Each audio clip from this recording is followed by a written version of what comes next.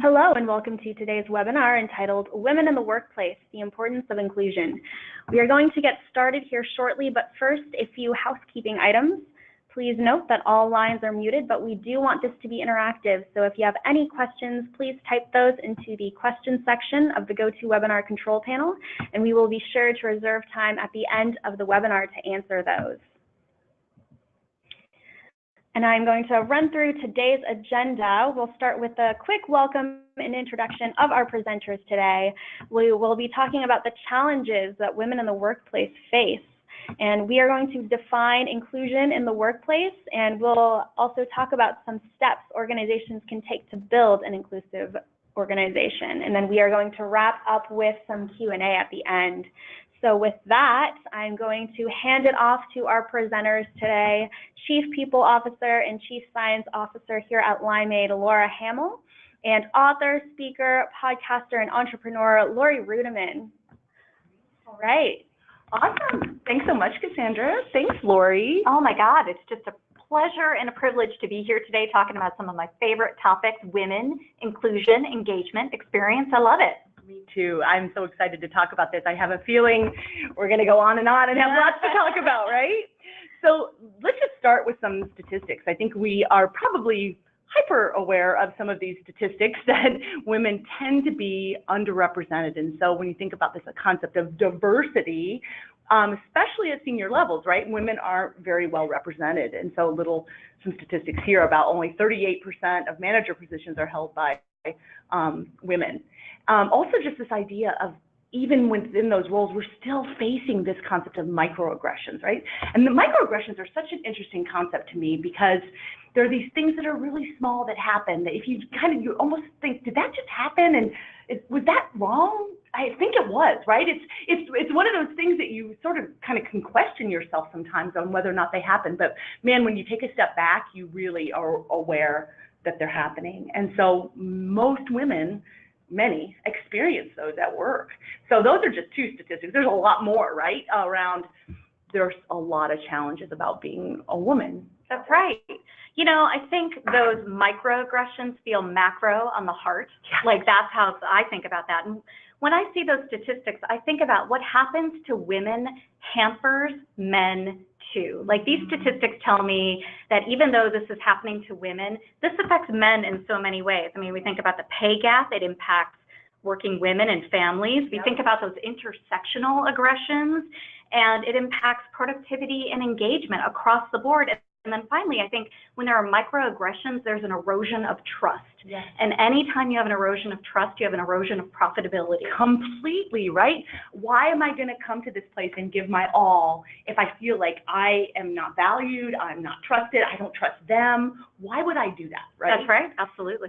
So let's talk a little bit about how these kinds of challenges have come across in our own careers, because I think almost everybody I talk to has a story, right, of different ways that they feel like their gender has had an impact, right? And so I'm just curious about what are some ways that this has had an impact on your career? I've got a couple. Yeah, you know, I'd like to think that I've only had a career for a few years, but I've been in the working world for 20 years. I can't believe how time passes. And I think I have plus now. Oh, nice. Yeah, there you go. So I've had three phases to my career, and as the first phase of my career, I was in human resources, and I feel as if there were times where I was actually kind of complicit. I felt like I wanted to be this credible activist and this advocate of the organization like Dave Ulrich taught me, and I didn't pay enough attention. I didn't ask enough questions when women came to me, and I felt like I had to protect the company and protect the brand. Now I look back on that and I really regret some of the times where I didn't ask the right questions. I didn't stand up for the sisters in the workforce, and I did the workforce a disservice. In the second phase of my career as a colleague, when I saw what was going on with other women around me, it made me feel helpless. Like I didn't know what to do. Even as a person in HR, I felt like, okay, I don't have enough power, I don't have enough authority, I'm stuck. And now as an entrepreneur, I'm just mad. Right? I hear you. I am so angry. And so I think part of doing these webinars, talking about this, is my mission to make the workforce a little bit more educated and a little bit more inclusive. Oh my gosh, I so can relate to the things that you just said. You know, when I almost all my career, I've been in tech. And so what that typically means is that I'm one of the few women in the room and in the conversation. And so I think if I look back, I think I have been way too accommodating, because I so didn't want to lose my place in the room, right? Like I didn't want to be rejected. And I look back, and especially when I was early in my career, the things that I'd go, yeah, okay, right? Like just because I knew that if I pushed back too hard or called them out on this stuff every single time, I wouldn't be invited anymore. That's exactly right. And I look back again, and now as I'm older, I've got that plus sign next to my years, you know, that I'm like, oh, it's so hard. And I hope now I'm doing a better job and not doing that of calling things out. It's still a work in progress. There are still situations where it's really hard to say, wait a second, this isn't working. Like that's not okay. But I think that's something that I'm trying so hard to do. You know, in my career, I think some of the other challenges, lack of role models. You know, I feel like because, again, I was in tech, I would look above and not see any women, or the women I saw, sadly, were pretty miserable. You know, and I'm like, that's not the life I want to have. Why would I want to do that, right? They looked miserable. And, you know, I think a complexity to some of this is I also knew that I wanted to have kids. And having children for me was a really important part of the life I wanted to have. And I didn't see women above me who had kids. And I think, again, this might be kind of tech, and it might have been kind of the time, but I just realized, I looked there and saw, that's not the life I want to have. Children are something I've always wanted to have, and I also don't want to be miserable. Like, I want to have a great life, right? I want to have joy in my life. I want to have, you know, positivity, and I just didn't see that. So to me, that's been a really interesting part. And so what I did is I decided to start my own business. Like, okay, wait a second, I'll start my own business and control it and have some more flexibility. So I did that for about 10 years. I had my own consulting business, and that was sort of the 10 formative years when my kids were little, where I did have that flexibility. Interestingly enough, I also learned a lot of self-confidence in those 10 years, right? Of when you have to sell your, you know, do all the selling. It was a really good experience. But what a sad statement about the world of work, that you have to exit the world of work in order to develop confidence, to develop a peer group, to develop leadership, and have flexibility, and have balance. That's exactly right. So I know for me, being where I am at this point now, it's not about looking backwards. It's about looking forward, right? And being a good role model for the little version of myself that's out there, that's just starting out in her career. I don't want to let that person down, whether it's a she or a he or anybody on the spectrum. I do not want to let that individual down. And I may, but I'm trying. I know, that's I feel exactly the same way. I feel a sense of responsibility, right? Of doing my best to try not to have people feel that way, that they have to quit, or that their voices aren't really heard, right? So yeah, that was good. So let's talk a little bit about just this concept of inclusion. I think what's interesting about, we're hearing this word so much more, right, is the idea of being included. And it does go hand in hand with diversity. And I think what is so interesting is that we still tend to focus a lot on making sure we hire people who have different backgrounds, different perspectives, and that's wonderful. I still think the concept of inclusion is one which, how do you do that part, right? And what we know is, if you invest all this time in hiring these people who have all these great differences and backgrounds and perspectives, they're not going to want to stay in your organization if they don't feel included. And so what are organizations doing, right, to really create that feeling of being included? And so I believe, and what there's some good research on, is that you have to put effort into that, right? It doesn't just naturally happen, as we just were talking about. So there's real concerted effort that needs to happen to help people feel included. And we think about it, we call it like this 1,000 little moments, right? There's all these different messages that people get when they come to your organization around whether or not they're valued and they have a voice, and whether or not they matter. And so it can be small things like how a team meeting goes down, or it can be how they're included and welcomed on the first day, and what kind of voice they have in the organization, and what we do when people bring up concerns. It's all of those things together that really start making that norm of inclusion. And I think most organizations have lot of room to improve. I know we do. Here at Limeade, there's a lot more work we still need to do. That's so true. You know, when I first started out in human resources, diversity and inclusion meant an affinity group. It meant an ERG group. And I think now there's a different way to see that, to experience that, and to actually make that affinity group or that ERG a strategic asset for your organization. And I hate using the word strategic, but to actually involve these individuals beyond just getting together and having in-group conversations, but bringing those conversations to life, to the board, to your customers, to your prospects, whoever it is. These are individuals who are having amazing and interesting conversations in the workplace about who they are and what they believe in. Why not amplify those conversations outside of those four walls? I think you're so right. I was just telling you that we had one this morning. We have this really amazing group called Women in the Workplace here at Limeade, and we had a conversation this morning. We have one fairly regularly. This one was about organizational currency, the concept of currency and your value and worth. And it's so awesome to go deeper, like have a really meaningful conversation on something like that and talk about what we could do different, you know. Yeah, I love that. So it's just good, valuable. So some statistics here on this idea of once you do have inclusion, what happens? So what we know is that women are more happy in their jobs.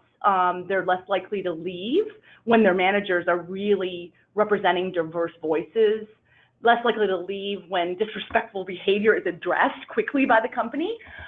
So it absolutely has an impact when people feel like they have more inclusion.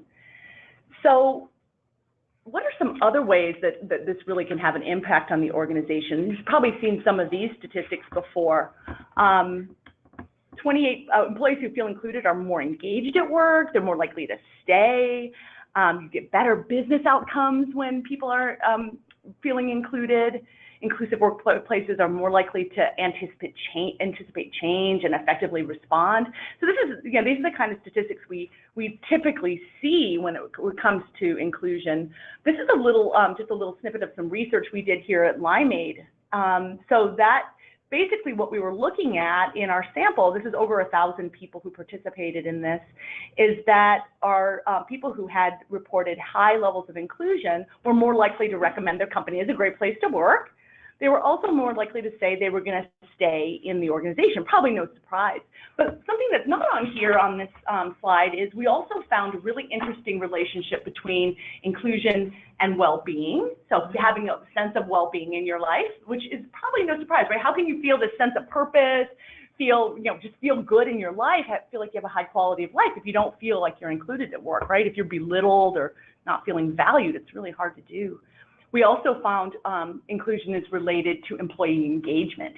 So, again, the concept of how can you come to work and give your all and feel really connected to your work if you don't feel included. So inclusion is a really important concept to, feeling like you're valued at work, feeling like you have a great work life. It really is. So, curious. How has inclusion made an impact on your career, Laurie? Like, what are some things that come to mind when you think about inclusion for you? For me, well, I think the way inclusion has made an impact on my career is by actually making me feel as if I'm visible.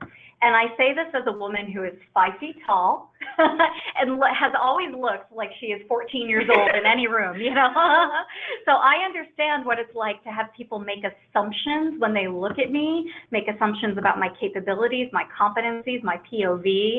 And so when there's actually an effort to understand me as an individual, it has made the difference between me being seen and unseen in a room. Does that make sense? Completely does. That's amazing. For me, it surprises me how often that we make assumptions during the day. We make assumptions, especially on women. When we think about women, we often frame them as whether they're white or they're black, or we make a straight level view on race, or we make assumptions based on age without drilling deeper, as if their age has something to do with their ability to perform. And also, I think I've seen a lot of benevolent sexism in my life, like women are good, they're empathetic, they're this, they're that, and men are strong, they're powerful, or they don't want to talk about their emotions. And the best inclusion programs really drive to the heart of what it means to be human, and they don't try to hack their way into identifying people into categories or subgroups. Yeah, that makes so much sense to me. I was thinking about this too for myself.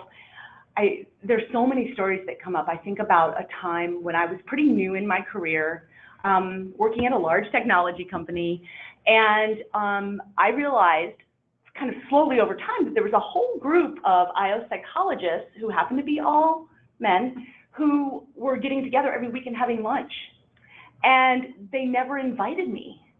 And it made me, it's so interesting, like I felt so left out. I felt like, well, you were left out. They intentionally ostracized you, and social ostracization is one of those things that just wears at your soul and degrades your engagement on a daily basis. Absolutely. Oh, I'm sorry. I know, right? I think so many people have stories like that. Yeah. And I look back and I feel, it was funny at the time I felt left out, but I also sort of in some funny way felt kind of strong, like, okay, that's all right. I'm going to do a really good job, right? And I'm going to be an amazing IO psychologist. And so it's interesting how lessons you learn, right, that can affect you very negatively, but they also can do something to also firm up who you are. Yeah. You know, and make it kind of clear about what you stand for, and also how you don't want to treat people. That's exactly right. Yeah. Yes. So you think about your own footprint and what you want to leave behind and how you want people to experience you. And so you didn't go through that for nothing. That's right. Yeah. That's right. And I think for me, I think being able to talk about this stuff, I didn't feel like I could talk about it then. You know what I mean? And I think as I've gotten older, you know, I just like, or times change. And times change. I think it is an intersection of those, right? Like, I feel like it's much more common for us to talk about this stuff now, and I'm getting older and have a little more courage, right? That I feel like I can say some of these things now and look to people who are in positions of power and say, gosh, that really didn't come across well. I had a situation with our CEO, and I talked to him about this, where I was doing a big presentation. He was in the audience, and it was sort of my thing, and everybody was kind of leaning in and getting excited about what I was talking about. And all of a sudden, he popped up and came and stood next to me. And I was like, what are you doing? And so I kind of moved away from him and kind of got the audience to look back at me, and he eventually sat down. Afterwards, and this is like my point is, I feel so glad that I can talk to him and say, what were you doing? Yeah, you know, that I hope you know that felt like you took my power away. In fact, you did take my power away. And that wasn't good. And it was, to see the look on his face, he had no concept that that's what he was doing and that's how it made me feel. And he apologized, and he said, I was just so excited, like everybody was leaning in and really into your conversation, and I just wanted to join in, right? And so again, what I'm happy about is to be able to talk about this stuff. And he had no intention, but that's how it came across to me. Isn't it interesting, though, we talked about microaggressions, but that's a macro. I know. It really is, right? Yes. Completely. Oh, my goodness. So let's talk a little bit about just defining this idea of inclusion a little bit. I think it's so important to understand the complexities of inclusion. So there's this balance, or you could think about it maybe even as this tension between being different and having, you know, your differences very much valued, and then having this sense of belonging. So both diversity and belonging come together to form this concept of inclusion. And an easy way I like to think about it is sort of the me versus the we, right? And me and we need to go hand in hand. It needs to feel like it's a balance. If it's just always me, right, that I don't think that is what we're trying to get to. And if it's always we, that's not enough either. So it's this balance of the me and the we together. That's what we're talking about when we're talking about inclusion. So almost by definition, there's some tension there, right? Yeah. Some ways that you can see how it can make this really hard. But a healthy adult can manage that tension, and I think that's what we're all driving for in this world, to be a healthy adult, to understand our own experiences, but to frame them in a larger world. Completely. So this is a healthy model, and it's, as an IO psychologist, a perfect one. Just talking a little bit about what makes up this concept of inclusion. So this is something that we've done some work in Limeade Institute around, and it's really what are the drivers of inclusion. So these are the things from our research that we found and that we measure in our inclusion product: having a voice, belonging, feeling, again, this me thing, this sense of uniqueness, and I'm valued for that uniqueness. I can be who I am, and people love it. Right? Or they don't, but they tell you. Yes, right, exactly. That you are learning and developing, that there's a collaboration, that you have access to resources, and that this whole thing, really, there's a strategic alignment, that you feel like inclusion matters from a business perspective to your organization. So those are the things that we found, from our research. What I wanted to brainstorm a little bit about is, what are some things people can do, to really start focusing on building a more inclusive workplace? Well, in the world of human resources, we are often budget constrained. But if you have some budget and if you have an opportunity, really building a formal listening program and getting some expertise around that is something that's really important.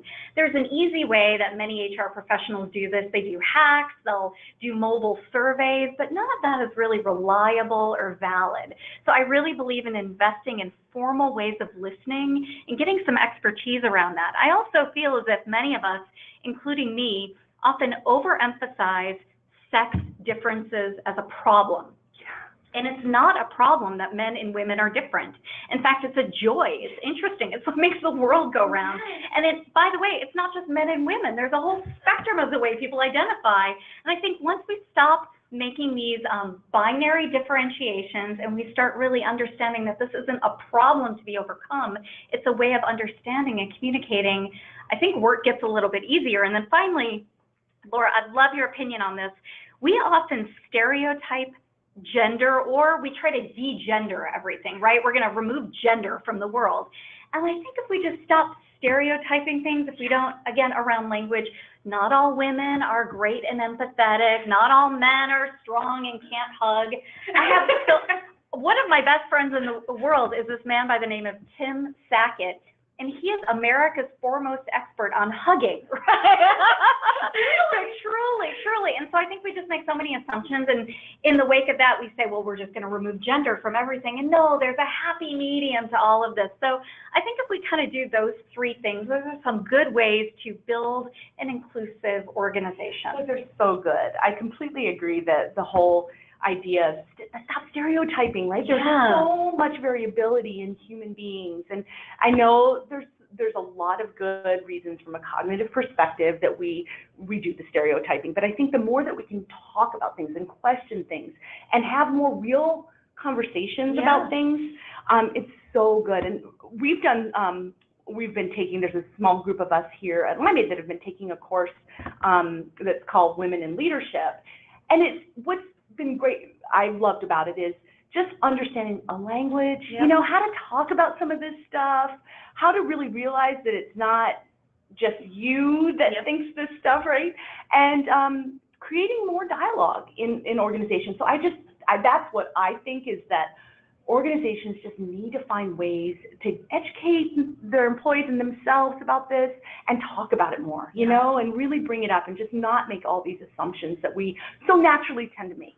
Well, one of the things I do want to mention is that talking about things, it's really great. Like, these dialogues are great, but I think sometimes we jump into a conversation before we're ready.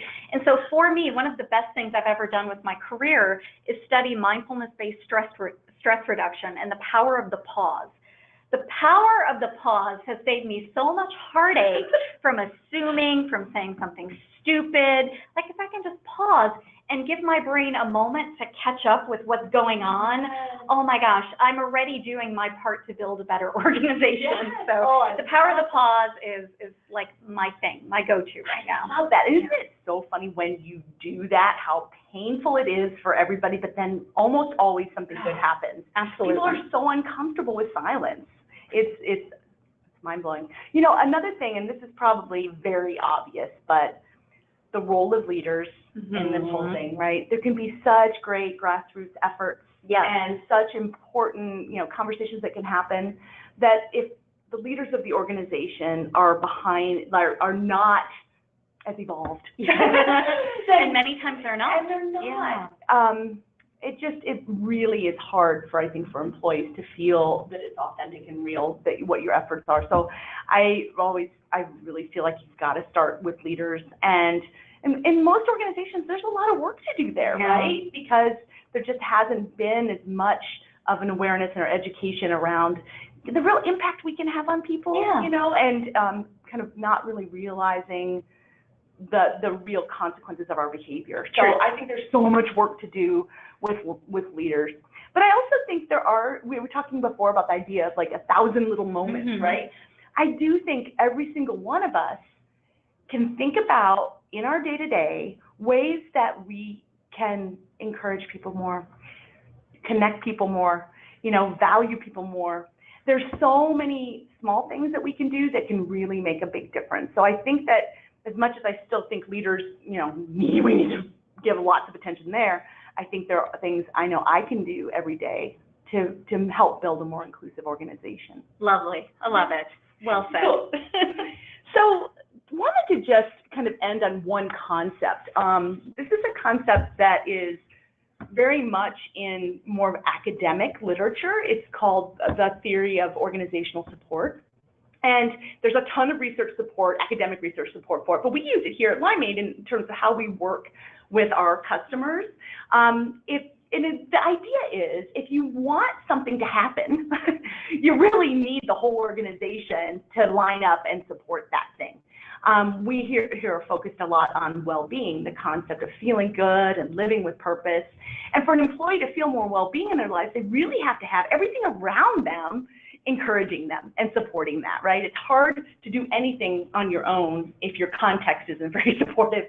So I just wanted to throw this out there as another kind of idea around how we are helping our employees have great lives. Yeah. That we really need to make sure that managers are doing it, that their teammates are, that, you know, there's a physical work environment that supports it. So there's a lot of work to do, I think, on this idea, but I really think organizational support is where organizations need to be focusing their efforts to make sure that it's authentic and then it's consistent. So wanted to, before we go to maybe some questions and answers, just a couple key takeaways. I think we all know that women continue to be underrepresented. There's a lot of challenges, and Laurie and I shared some of ours today, and I'm sure the people listening have, you know, their own challenges. There's a lot of good reasons, not only from the perspective of an employee, you know, to feel included. It feels way better to feel included, and you're more engaged at work when you are, but you also, organizations get better business outcomes. We didn't really dig deep into things like innovation and some of the other productivity types of measures, but it's just better to feel included. We really think this idea of the we and the me, right? That you want to be valued for your authentic self, but you also want to have this feeling of belonging. And that's what really inclusion is balancing the two of those things. And again, this idea of 1,000 little moments, that there's a lot of opportunities. Let's not think about it just as a program that sits in HR, that's over in the corner, right? It's all of us have opportunities every single day to build a more inclusive culture. All right.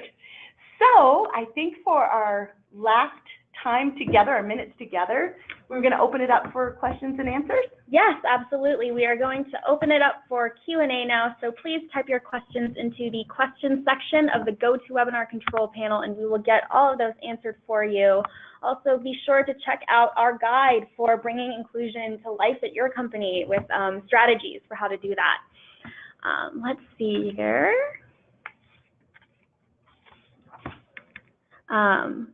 Let's see.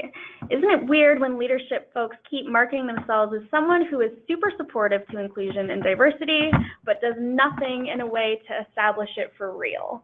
Yeah, that is weird. And it stinks. I'm really sorry about that. Oh. The big talkers, right? And who say on the surface, absolutely, I believe in that, I stand for that. And then in their own behavior, you can see in about a minute that that's not authentic. And that's what I think that's what we're talking about, is that it really is about individual choices we make every single day about how we interact with people. It's all those 1,000 little moments. And I think leaders have those 1,000 little moments and a megaphone, right? It sends such clear messages about whether or not this stuff is really important. There's a ton of learned helplessness, like this slack in the employment and the world of work and the workforce right now. And I really feel like we're at an important moment where employees can actually have thoughtful conversations with leaders and hold them more accountable. It does not have to be this way. And one way to do that is to really use any sort of listening mechanism, any interactions you have with the board, to start driving home the point that inclusion can be measured, it can be reported on, it can be something that goes in your annual report, it can go on your website. There are a lot of ways to almost coerce your leaders into catching up in 2019, and it starts by being brave and being courageous and using whatever mechanisms you have to push the issue. And I really believe that just takes a few brave people to get the ball rolling. I've seen it. Absolutely. And I think almost using this kind of external exclamation or voice of, I stand for this, maybe, as a reason to say, oh, wow, I heard at your last talk that you said you really value diversity and inclusion, but man, that thing you just did, I didn't really feel like it. Right? And so maybe using, if that's kind of an external thing that person's standing for, point that out. Yeah, good one. Yeah. And also, kind of along that, talking to leadership, have you ever confronted leadership with metrics showing lack of diversity and it didn't go well? If so, what happened, or how can you handle that situation? Yes. We're laughing in this room. Yeah, great. So we actually measure also inclusion, probably no surprise, but we talk about it all the time. We just talked about it at the company meeting we just had a few minutes ago. I mean, it is a part of our kind of lexicon because of what our business is about, I think is one of the reasons. But even given what I think we're a pretty progressive organization, there's still a lot of things that we have to work on. So I think that the idea, though, maybe outside of a company, maybe that isn't focused on this as a business as much. I think the idea of confronting with diversity metrics is an interesting thing to even kind of think of or to say, because a lot of times some of the diversity issues are very apparent to everybody who works there, right? And so it's not like you're saying something that people don't already know, but I think when you have metrics, it just formalizes it so much, right? It makes it so much more real. I think you could think about this as an evolution. Whenever I ever put metrics in front of anybody, I usually talk about it like a baseline, right? Somewhere for us to start. Isn't it great that we know? Yeah. There's an opportunity for us to get better, and I think that there's just a ton of value in starting somewhere. Well, I've heard some of the best chief HR officers get shot down when they show these. I'm in the room, I'm there as a consultant and an advisor, and they are so smart, these women, they're just amazing. And they say, all right, I hear the room, I've got the message, I've got it loud and clear, this is not what we're talking about right now. I am not letting this go. Yeah. We're not going to talk about it today. I hear you. We are not done talking about this. Awesome. And I think that's the best way to do it. Yeah. You get shot down once, got to take a swing again. That's so good. Follow up. Let them know you're coming, though. Let them know. Right? That's awesome. Absolutely. And how would you deal with someone who is not as open-minded about women in power or women in leadership positions? Oh, man, I hate that dude. I know exactly who you're talking about. How do you deal with them? It depends on your mood, I guess. I think there are a lot of different ways to have crucial conversations, and it's hard to be really general and non-specific about this. But I think having those conversations is really important, and it starts with knowing who you are and what you'll say yes to and what you'll say no to and what you'll stand for and what you will not tolerate anymore. And so I think there are a lot of good books around the art of communication. It's important to have strong communication skills. The higher you are up in leadership, the more relationships and communication matters. And I think working on your own skills to be able to speak the language of leadership while also staying congruent with your values, it's the challenge of a lifetime, but it's worth pursuing. Yeah, absolutely. I think that there's a lot to learn. That's one of the courses that we were just taking, is this concept of, thinking about the person you're talking with and how you influence through their own style and your style. Like, how do those things come together? And it's kind of hard. And I think your point of and staying true to who you are, Yeah, right? Like you don't want to be a chameleon and change who you are every single time, but really digging deep into what are the ways that you could influence this person and help them and help that person see this a little bit different. May take more than one conversation, and always takes more than one conversation. I don't know why I said may, it always does. Especially if someone has really been entrenched in their position for a very long time. But the key is don't give up. Do not give up. HR needs people to stay in there and not give up, and I think that person is you. Awesome. And if we are dealing with actions that aren't inclusive in our day-to-day, how can we best deal with that? I think that is exactly the struggle, right? And I think the more we can, in the moment, call it out in a way that says, wow, I don't know if you had intended for this to be this way, but when you said that, this is what happened. And so I think calling those kinds of things out in the moment and having the courage to do that is the best way to do it, right? But I get that that's hard. I get that in some cases it might feel impossible. But I think also people who are in positions of power have a responsibility to do that. Like as a leader in a room and I see somebody doing something to another leader or to an employee, I feel a sense of responsibility to call those things out. And so I think it's a lot about taking those, one of my colleagues uses like timeout, like take a values timeout and say, wait a second, let's talk about what just happened. Or this concept of really being an ally, right? And I think sometimes I see people who get interrupted a lot, who get talked over. And what if in the room we said, hey, wait, Cassandra had something to say right there. Let's listen to what she was saying. The more we can call that out and make that happen real time, the better.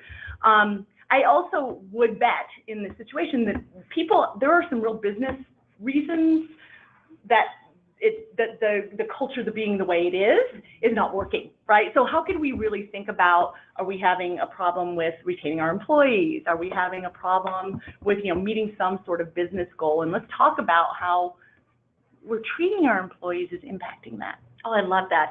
I would just add one important thing.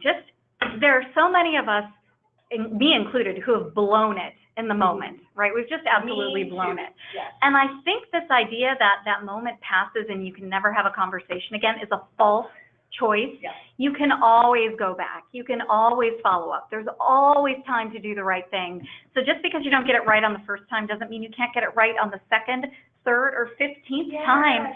Just keep trying. I love that so much, because I think in the moment you're almost in shock, right? That just happened. And it's really hard sometimes to figure out what to do or what to say. And I think you're so right. Let's not give up, right? Don't give up. Yeah. Don't give up. Yeah. And you mentioned measuring inclusion. Can you elaborate more on ways to measure? Yeah, absolutely. So that one slide I was talking about around those different components, those are the ones that we really determined through some research we've done. And usually when we do research, we go back to academic research and look to see what are the statistical drivers we found in kind of broader research. And then we do our own research on top of that. And so look to see which are the constructs that statistically predict overall feelings of inclusion. So those are the things that we had found in our research. And so what we do from there is we actually have survey items that tap into each of those dimensions, right? So we formally measure inclusion, both for our own employees and as a product as well. There are other inclusion surveys out there. I think looking to see kind of, has there been some research around those inclusion surveys? Do they have some research to support their use is what I would recommend. But there absolutely are, and I have a feeling there are going to be more and more over time. I really do encourage organizations to start measuring this. If you don't want to buy a new tool or a new survey in any way, think about adding to your employee survey, right? A couple items that get to this concept of even just something as simple as overall I feel included in my work, at work, or something like that, that starts to just get a little bit of an understanding of where are your employees on this feeling of inclusion. Absolutely. And what strategies can you put in place to educate and gather allyship from men?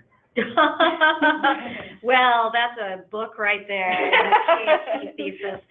I think first and foremost, we talked about de-stereotyping and de-gendering. I think more and more, making sure men are in the room when these conversations are happening. It's really great to have employee resource groups and affinity groups, but if as an organization you're not talking about the experience of what it's like to be a woman or African American or Latino or somewhere on the spectrum of sexuality, you're doing a disservice to the whole entire organization. So having these conversations in a safe space is fine, but you have to bring them to the broader employee population, whether that's at your annual meetings, whether you have retreats, whether you incorporate them in your values. Things that happen, off in a one-off situation are fine and they're great, but having the entire organization having honest conversations makes it less risky for men in the first place. That's what I would say. Love it. And what's your biggest piece of advice for a young female professional wanting to grow her career in the workplace? I love it. There's so many things to think about. I think what I'd probably lean on is be true to yourself, listen to your own voice, be kind of clear what you stand for.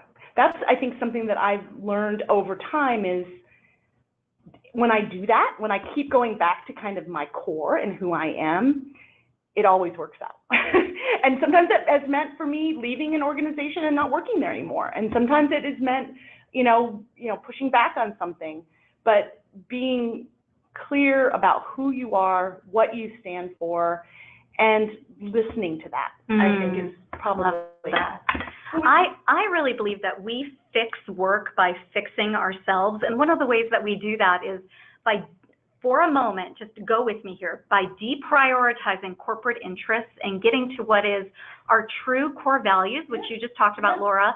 And I think if we practice at home and we really understand what's important at home, what are our values, what are the important relationships in our lives, how do I want to be treated, who do I love, why do I love them?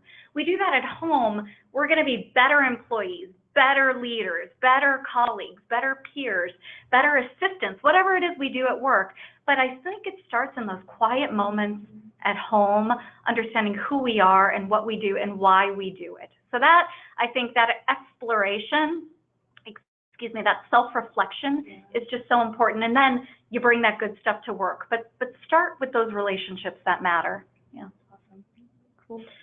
Do you think microaggressions change as women age, and how so? Oh my God. Well, I can say as a woman who, I'll just share this, as a woman over 40 who's in the gig economy, they absolutely change. And one of the things that's been really interesting to me is to see the resources that are available for older women, and I'm using older in quotes. A great resource where people are having these honest conversations about what it's like to be looked at differently is AARP. And I cannot believe I'm saying that. I am Gen X, I'm pop rock. I've been on stage with 9 Inch Nails. Like I've done all this kind of stuff that's really great in my life, and I'm looking at AARP. But I think people look at you and make certain assumptions about who you are and what you stand for based on your appearance. That's got to stop. But until it stops, a website like AARP is really interesting and has a ton of resource tip sheets, all that kind of good stuff out there for you to look at. In some ways, and this, I hope this doesn't sound wrong, but I think the microaggressions, and maybe they weren't so micro when I was younger, were a lot about how I looked, right? And I had professors in graduate school who regularly told me, you need to stop looking so cute. And this is male, right? Change your hair, lose the accent. And again, those probably aren't so micro. No. But it's funny, as I've gotten older, I don't have as many. And in some ways, it's like, it is a little liberating not to have to think that that's what I'm being judged by. Yeah, but you were just called a matriarch in the office. I was, and with a lot of love that came. Yeah. I think there was a lot of positive intent, but it is interesting, isn't it, how the assumptions and the kind of putting people in buckets is what we definitely If we don't want it as women, we have to stop doing it to other women. Yeah. Starts with us. Yeah, for sure. Yeah. And what can we do to make women in leadership positions realize that they have a voice? I work with a few women who say that I can't smile or I can't be nice because people will think I'm not professional. Oh, I love this topic. So this is probably something that many people who are listening have heard about before, but I think it's such an important concept. It's this idea of the double bind. So there's some interesting research on it, and you can probably look it up and read more about it. But it's this idea that women have a very narrow path they can walk when they're leaders. So they can't be too assertive or aggressive, and they can't be too nice, right? So there's this really small lane you can walk in. Interestingly, men have a much broader path. There's a lot of different acceptable ways they can be, a much wider path in their leadership styles. But women have a very narrow one. So I've been talking with some other women who are leaders here at Limeade, and we all really kind of connected with that and realized some of my colleagues have said, oh my gosh, that explains why people just say I'm mad and I'm angry all the time, and like, that's not who I am. I'm just being like assertive and doing my job. And then people like me who say, oh, my whole life I've been told that you're too nice, stop being so nice. Oh, I'd love to hear you drop an F-bomb. I've had a couple people tell me that before. Get mad, get angry, and like, oh, wow, well, that's not exactly how I tend to think about things, right? But be something different from who you are is the overarching message, right? And so that feeling is, there's reality to that. There is empirical evidence that that happens for women, that there's a very narrow range of ways you can be. So I would say that it's going back to what we said before about kind of being true to who you are and not trying to be something that you aren't. Of course, we all have ways to learn and grow within being, you know, as a leader, there's always more we can be doing, but don't try to be something that you're not, I guess is. And the way you break, for me, the double bind is to talk about it, to call it out, and then to be exactly who you are unapologetically and openly and vocally and say, I'm never going to drop the F-bomb. That's not my style. Quit telling me what to do. You know, I know you want me to get angry. Mind your own business. Get back to work, right?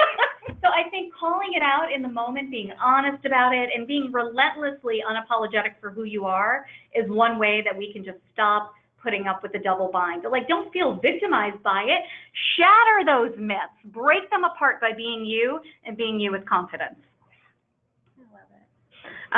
One of the challenges of corporate life is how to create programs that don't feel forced or canned. So how do we create more authentic? Yes. This is kind of one of my pet peeves in human resources in general, right? Everything's a program and everything has a cute little title, and we lose interest pretty fast, right? So I would say really thinking about how this is something that's in the day-to-day more, right? There can be ways that we showcase it or celebrate it, but it's a lot more about what really happens behind closed doors. So I think one kind of pivot on that is not only do we tend to think about things as programmatic, we tend to be very siloed, right? And so that is very overwhelming to an employee to have all these different programs that in theory are supposed to be great and wonderful for them, but they feel very disjointed, disconnected. So how we can be thinking about creating a more integrated employee experience, right? One that makes sense to an employee from the employee's perspective.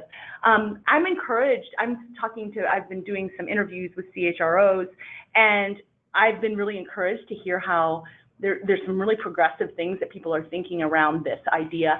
I was talking to one woman who heads up HR for a really large organization, and she said, you know what, I'm really rethinking the way we do kind of everything in human resources. So instead of thinking about a particular process that I want to follow, like an internal promotion process, for example, and thinking about, oh, how many people got promoted and what was the outcome? I'm thinking about it all differently, she said. She said, the whole point for me is, how does somebody feel as they're going through this process? Even if they get promoted or if they don't get promoted, what is the feeling we're creating? Is that a feeling that's aligning to the place we want to build here? And so that was amazing to me to start to hear this idea of this word feel and how let's solve for that.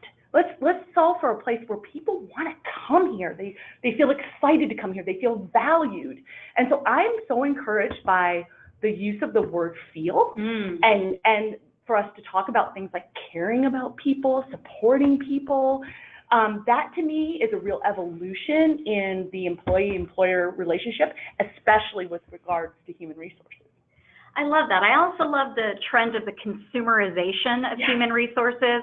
For so often and for so long, we have really pushed programs down people's throats. And I think about my own, I'm in a heteronormative marriage, right? Picking up laundry is not the Laurie agenda. It should be the way we live, and it should be the way my husband wants to live, right? Don't leave your laundry on the floor. It drives me crazy. But if I frame it like that and I make it a Laurie program, he hates it, right? He's going to leave the laundry on the floor. And so we've had these conversations about how do we want to live? How do we want to live? How do we want to make sure we carry out throughout the day? It's a more evolved conversation. It's slower, it's different, but I think that's where employee programs are going. They're no longer HR programs. It's about how we want to live and work. Love it. And my husband should really pick up his stuff. That's another story, and he's getting better. So how do we deal with microaggressions when you say talk about it? Do you confront your colleagues directly? Do you go to leadership? Do you go to HR? Yeah, I think maybe I'm coming from a place of sort of level privilege, right? I get that power has a real impact on people and your ability to feel like you can speak up, right? So I feel like people who are in positions of power have a special set of responsibilities, right? That to call those things out, to talk about them. If you don't feel like you can do that, if you don't feel like you're safe, right? Psychologically safe to say something in the moment, to address it outright with the person who did it, I really encourage you to speak with somebody. It would be amazing if you could talk to your manager or somebody in human resources. What I know, one of the teams that I have responsibility for is our human resources team. And a lot of times we don't hear about things. People don't feel comfortable, or it feels like they have to wait until something really egregious or a long period of time goes by. And I just would encourage you to tell somebody about it, to talk to somebody about it. I think it'll feel better to you that you kind of got it out, and hopefully you would also get some support or some resources or some ideas for things that you could do next. So don't second guess yourself. Really don't fall into the self-doubt trap. I think that's something that happens a lot with microaggressions. It really can feel like you're making it up, or that it's not real, almost. Yeah. So I think really talking to somebody about it that you trust is so important. God, in 2019, one of the really beautiful things about the world, and I can't believe I'm saying this, is social media. Because there is not one person that you're connected to who hasn't been through what you're going through, right? There's someone in your network who has experienced what you're currently experiencing. So you don't have to blast your business out on Twitter or LinkedIn or Facebook. But the beauty of developing, you may wonder, why am I on LinkedIn in the first place, right? It's for those moments to find someone who can help be your guide in the difficult day in, day out minutia that we face at work. And so I have a dear friend who many years ago was told not to express her sexuality at work. And that is a real issue that many people still deal with today. You don't ever have to go through that in a vacuum anymore. That's the beauty of connecting with people online. There is always someone out there who has experienced what you've experienced and will have great advice for you. So again, if you're ever wondering, why am I on LinkedIn? It's for those moments when you need an ally, you need someone to talk to. That's why you're on LinkedIn. That's why you go to those dumb networking meetings and try to balance the drink in one hand and the food in the other, right? You do it for the moments where you need a friend. Oh, wow. So oftentimes we hear that people in power have a responsibility to call things out, but what if you're in an administrative role and you feel the need to call things out? Do you have any advice? Absolutely do it. Like I'm not trying to say that you shouldn't. I think anybody should. Every level of employee should. I just was sort of calling out I get that can be really hard sometimes, right, with the power differences. I definitely have had people come to me who've brought up things I had no idea about, right? And that I think so much happens in organizations. Things move so fast that you might think it's obvious to everybody that something's happening. but it might not be. So I really do encourage everybody to speak up. And again, I'd go back to, if you can, do it in the moment and tell the person, and you could be pull them aside too if you wanted to, but you can't, find somebody who you trust. You know, that administrative position, they see everything. Oh man, they know everything about the organization. And I think sometimes people in those positions feel like they don't have power, and then it festers, and then they grow angry. And that is no way to live, and that's certainly no way to work. And so I don't think it's just leadership has a responsibility to speak truth to power. I think everybody has that responsibility, especially if you can do it. And to your point, it doesn't have to be an aggressive, confrontational way that you speak out. You can pull someone aside. You can use maybe some of your listening tools at work to submit something anonymously. Whatever it is that you can do within your own power, if you see it and you want to fix it, it's you. Like, it's your calling. This is what you've been put on this earth to do at that moment. You've got the cognitive framework. You're tuned into it. You've got to act on it. Absolutely. Often the topic around women is discussed, but oftentimes the conversation of women of color is not. So any thoughts on things that organizations can do to address this? It's such a good topic, and there's so much to understand. I was just listening to, we just had an outside speaker come and talk about intersectionality, and it was so amazing, just the complexity of it, and how much we don't understand, right? There's such a, it's the idea of like picking which difference that you're going to align to, being a woman or being, you know, African American or Black. Which are you picking is what a lot of times has to happen, and it's so, golly, because that's crazy to compartmentalize people like that. So I think there's so much for organizations to learn around this topic of intersectionality, and really one of the things that I was fascinated about in this talk is just the history of that.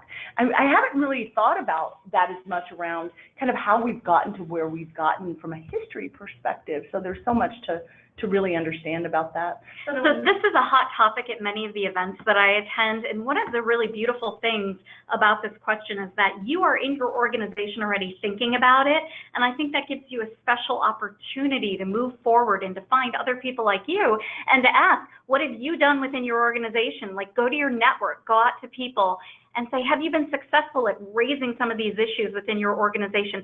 It is an unfortunate burden that you have to bear, that you've got history, whether you're gay, whether you're trans, whether you're African American, whether you're, you know, you're Hispanic, whatever those things are, and you're a woman, like, dang it, like, there's a pain in the ass, and it sucks that you have to be the person who brings this up within your organization, but there's also a special opportunity for you to change your life and to change the life of people around you, and I think don't miss out on that opportunity. Be brave, be bold, bring up these conversations in your workforce, and find people within your network who have done it and done it successfully.